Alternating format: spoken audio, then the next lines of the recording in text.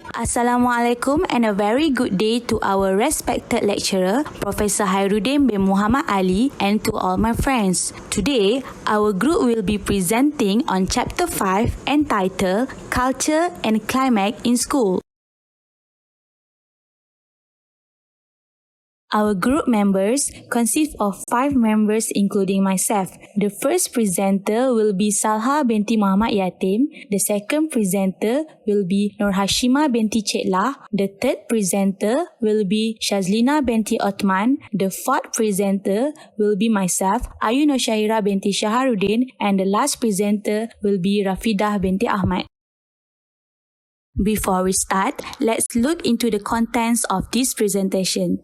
It consists of 3 subtopics. First, organizational culture. The second one is organizational climate. And the third one is changing culture and climate of schools. Let's move to the objective of this presentation. By the end of this presentation, we should be able to explain school culture and school climate. We should be able to identify the organization culture and school climate. We should be able to critically elements the organization culture and school climate. We should be able to differentiate the changing the culture and climate of the school. Last one, we should be able to understand the changing the culture and climate of the school. The first slide is about definition of organizational culture.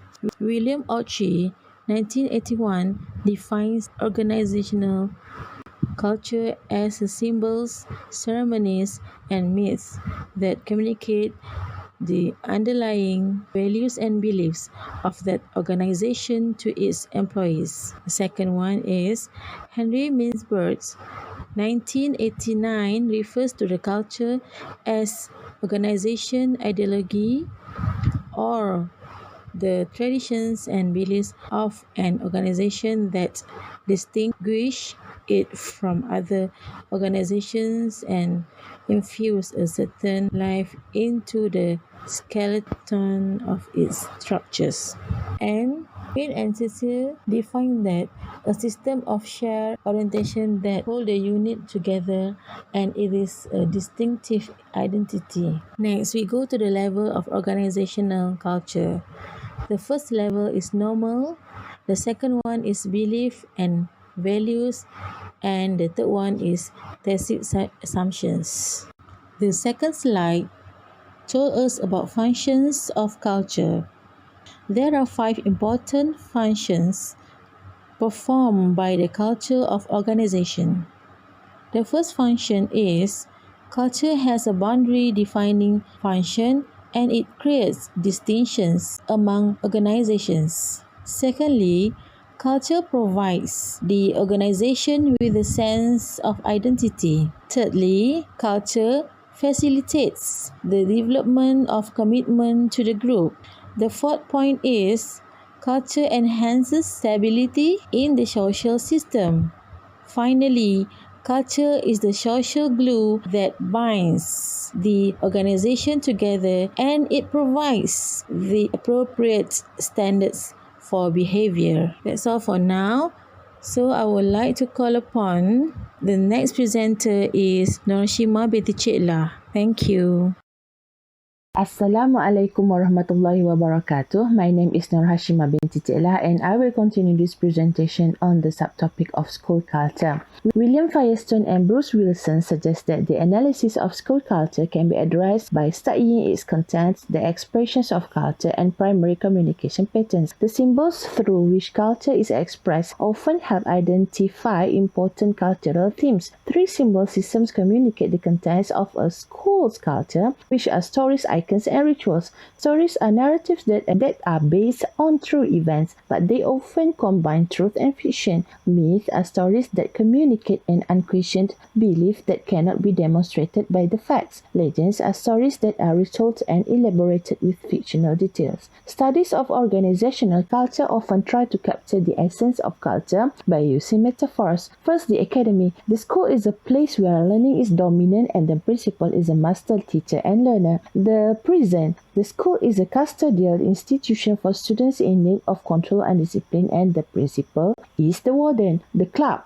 The school is a social club where everyone has a good time and the principal is the social director. The community. The school is a nurturing environment where people learn from and support each other and the principal is the community leader. The factory. The school is an assembly line producing finely tuned student machines and the principal is the foreman. Culture of efficacy is the shared perception of teachers in a school that the efforts of the faculty as a whole will have a positive effect on students. At the cultural level, this is a set of beliefs or social perceptions that are strengthened through their use and give a school a distinctive identity. Four primary sources of efficacies are: first is mastery experience, very important for organizations because teachers as a group experience successes and failure. Second is vicarious experience, serve as effective sources of personal teacher efficacy that also promotes collective teacher efficacy. Third is verbal persuasion to strengthen the capabilities to achieve what they seek. Teachers also can be changed by talks, workshops, professional development activities, and feedback about achievements. Fourth one is emotional arousal, is consequently seen as an essential component of such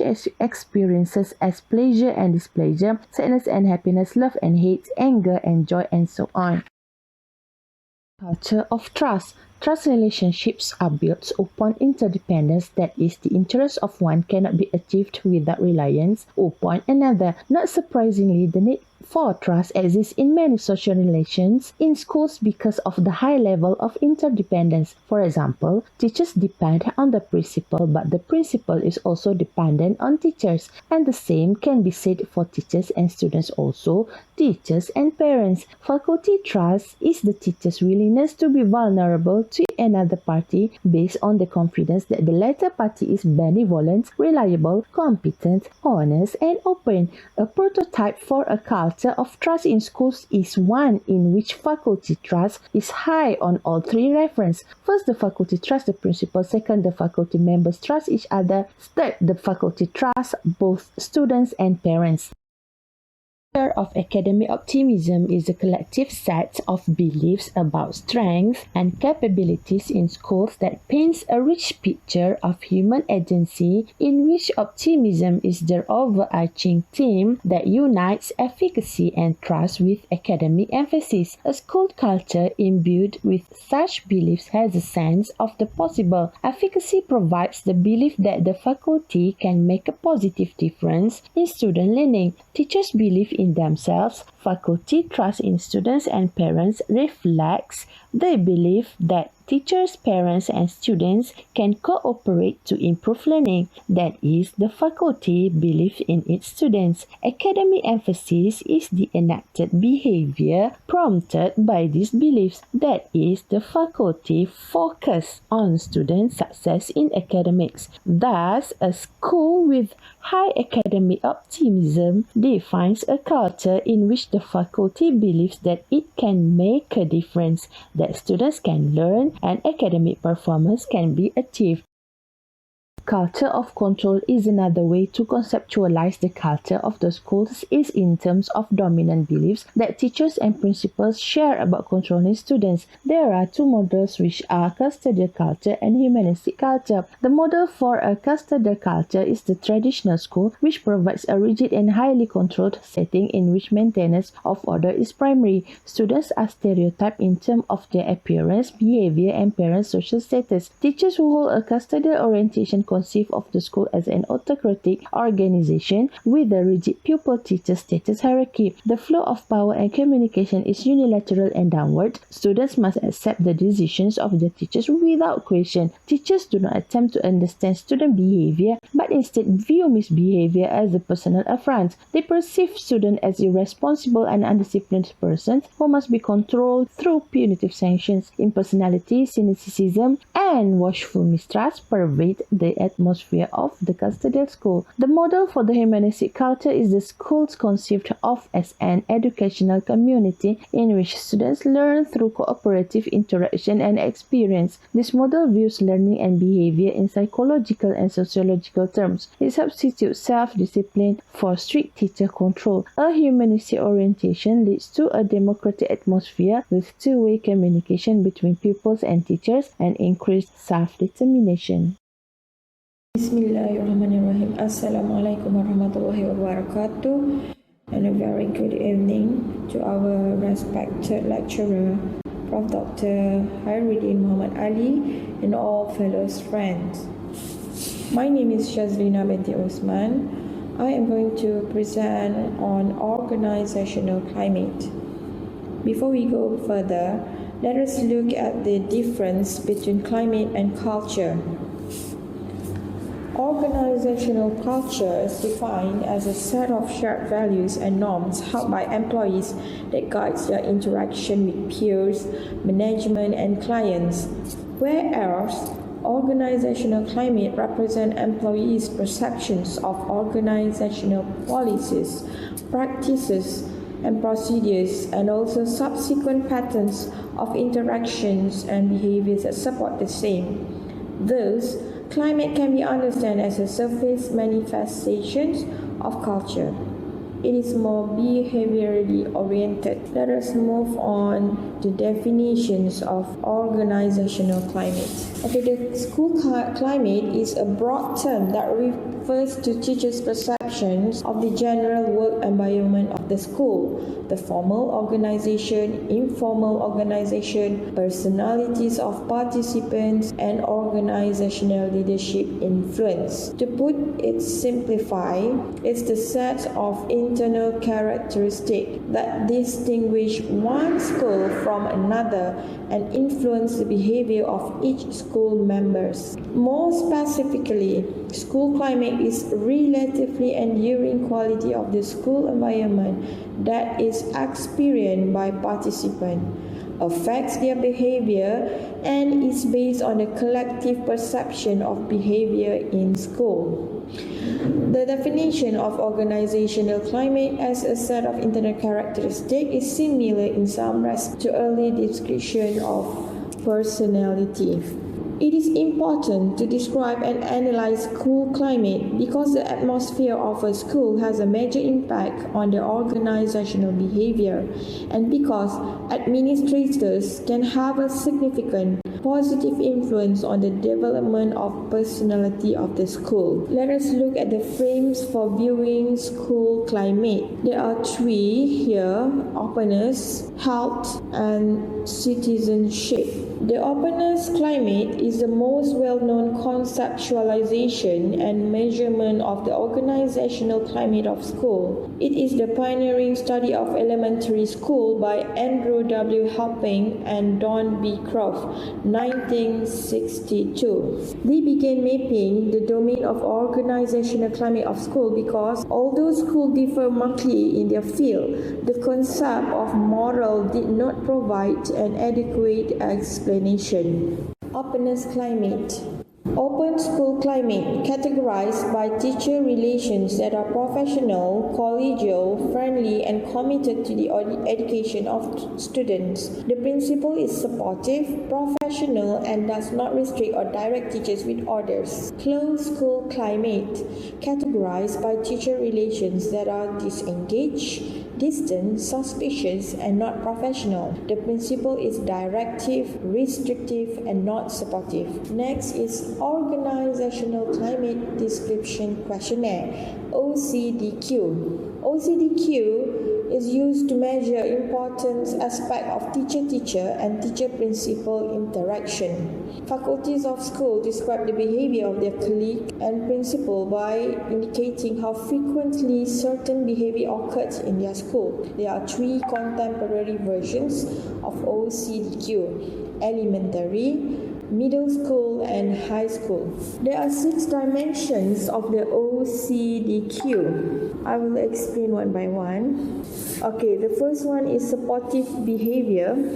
Supportive principal behavior reflects a basic concern for teacher.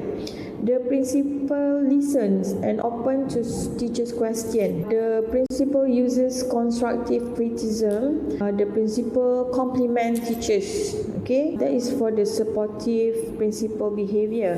Next, we have the directive principal behavior. This one requires rigid and close supervision. The principal maintains close and constant control over all teachers and school activities down to the smallest detail. The principal monitors everything teachers do, and they will check the lesson plans. The third one is restrictive principal behavior. Okay, here teachers are burdened with busy work. Routine duties interfere with the job of teaching. Okay, teacher hinders rather than facilitates teacher work. Okay, next is the collegial teacher behavior. This one support open and professional interaction among teachers. Teachers help and support each other, respect the professional competence of their colleagues, accomplish their work with vim, vigor and pleasure. Okay, next, number 5 is intimate behavior. This reflects a strong, cohesive network of social support within the faculty. That means teachers know each other well. They are close and personal friends and socialize together regularly. Okay, so teachers are close to each other. Okay, the last one is disengaged behavior. Refers to lack of meaning and focus to professional activities. Teachers are simply putting in time, and their behavior is negative and critical over their colleagues. That means meetings are useless, and then there is a minority groups of teachers who always oppose the minority. Okay, so that are the 6 dimensions. Okay, next we look here, the finding research of OCDQ. Studies demonstrated that teachers with openness have less sense of student alienation toward the school and its personnel. Then have stronger principals who are more confident, self-secure, cheerful, sociable and resourceful. Teachers who express greater confidence in their own and the school effectiveness are more loyal and satisfied.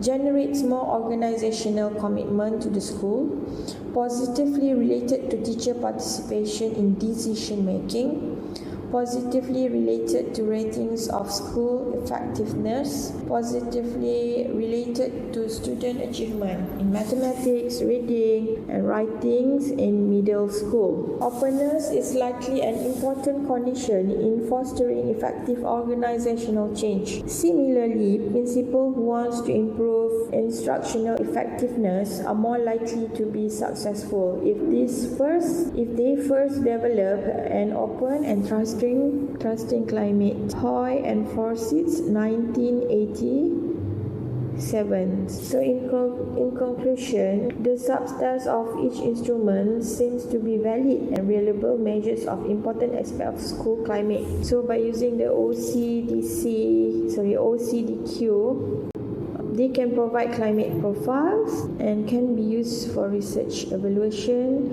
in service or self-analysis. So next is going to be a climate of organizational health. Okay, for that, I end my presentation and I pass over to Ms. Ayu. Thank you very much. Assalamualaikum and a very good evening to our respected lecturer, Prof. Hairuddin, and to all my friends. Now, I will be presenting on the next subtopic in this chapter, which is a climate of organizational health. First of all, let us define what is the meaning of organizational health. According to Ritter, 2018, organizational health is an organization's ability to function effectively, to cope with the change appropriately, and to grow from within, which result in high performance. In simple words, positive health in organization could help to facilitate growth and development. For example, healthy school organization always perform high standard performance in academic. The question is, what makes an organization healthy? How you can tell if your organization healthy, what and how. As stated by Patrick Leoncini, there are 4 key elements of healthy organization. First, leading effectively. Second, building vibrant morale. Third, mastering communication. And fourth, learning and evolving. In terms of school climate, healthy schools have high trust, high spirit, low disengagement, and committed teachers. Now, let us look at school climate, which are healthy versus unhealthy school. The first point is protected. Healthy school is protected from unreasonable demands and parental pressure. For example, teachers are protected from destructive outside forces, while unhealthy school is not protected. Next is the role of principal. Principal in healthy school provide dynamic leadership like empower other teachers and also being a good communicator. While for unhealthy school, principal does not demonstrate a good leadership, for example, no direction and limited consideration. For the role of teacher in healthy school are highly committed to teaching and learning with high moral. For example, teachers trust each other and work together to complete tasks. While for unhealthy school, teachers are not committed with low moral. The teachers are suspicious and not feel good about each other. Teachers also provide achievable goal for students and students are highly motivated. Next is a measuring tool. The OHI is a measuring tool to measure the key domain of organizational health. It is a descriptive questionnaire distributed to the all professional staff of the school. It consists of 3 levels with 7 dimensions. Research finding using OHI shows the correlation between the openness and health of the school. In brief, open school tend to be healthy and healthy school tend to be open. Now, let's look at a climate of citizenship. Organizational citizenship is behavior that goes beyond the formal responsibilities of the role by action that occur freely to help others achieve the task at hand. It means that teachers behave in helpful way and embrace extra work. As an example, teachers go to school during weekend without complaining to help other colleagues to complete their task. Volunteerism is dominant character of teacher behavior. In simplest words, a climate of citizenship is a school in which teachers help each other and new colleagues by giving freely of their own time. There are 5 specific aspects of citizenship behavior. First, altruism. Altruism means helping new colleagues and freely giving time to others. As an example, teacher voluntarily help new teacher. Second is conscientiousness, which means using time effectively and go beyond minimum expectation, like teacher arrive to work on time. Third, sportsmanship, spending time on constructive effort and avoiding complaining. Fourth, courtesy, providing advance notices and reminder. Teacher give colleague advance notice of changes in schedule or routine. Last one, civic virtue, serving on committee and voluntary attending function, like teacher volunteer help new committee members. Measuring tools. Organizational citizenship behavior, OCB, is another useful tool for measuring another important aspect of school climate. It is reliable and valid for all 3 levels of school. The research finding shows that schools with high degree of citizenship are more effective and have higher level of student achievement. Assalamualaikum and good evening. My name is Rafiza. Now my turn to presentation about my topic is changing the culture and climate school. Long-term settlement effort is more likely to produce change than short-term. 3 general strategy for change: clinical strategy, growth structural and normative procedure. For the slide number 2, the clinical strategy focus on the nature of the relationship among the school subgroup. The process through the following step: gaining knowledge of the organization, to careful observation, analysis and study. Number 2, diagnosis, provided level for diagnosis potential trouble area, example for moral, high risk assessment. Number 3, for diagnosis, recognition, thus journey of situation and develop a set of operation strategy to improve the situation. Perception, how can the situation be remedied, taking necessary step. And number 5, evaluation, evaluate the extent to which perception has been implementation and successful. For the slide number 3, the growth central strategy involves the acceptance of a set of assumptions about the development of school personnel as a basic for efficient decision making. The assumption are: change is the property of health school nation. Number 2, change has duration, can be positive or negative, progressive or regressive.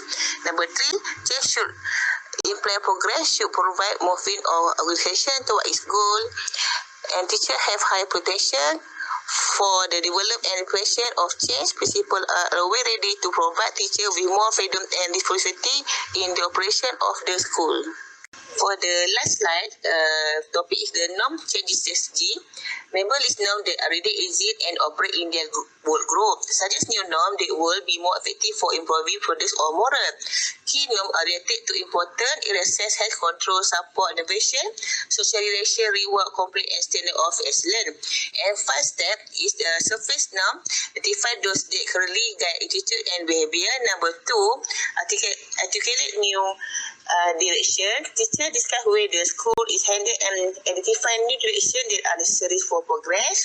Number 3, there is establish new norm. Teacher identify to set a new norm that they believe will lead to improvement and organization success. And number 4, identify culture gap. Teacher examine the discrepancy between actually normal or the desired norm.